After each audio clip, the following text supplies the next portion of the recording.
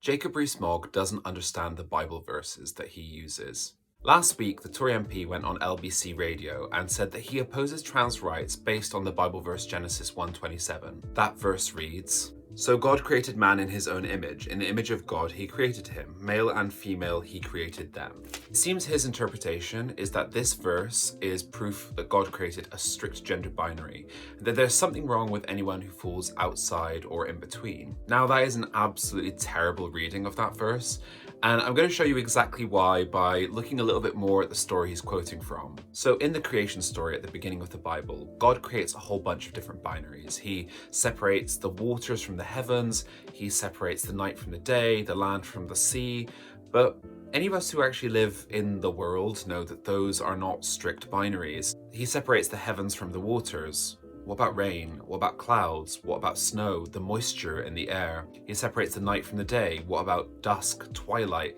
sunrise, and eclipse? It's obvious that this language is supposed to be allegorical because all of these things exist in a sort of spectrum. All those things that lie in between those binaries are just as much a part of God's creation, and there's nothing actually in this story to say the same can't be true about gender. The Middle Eastern authors who created this text 3,000 years ago were trying to tell a story about the moral nature of the world and humanity's relationship with God. They weren't trying to create a scientific treatise, and they certainly weren't trying to deify our contemporary Western gender norms. Sorry, Jacob, this Bible verse doesn't say what you think it says.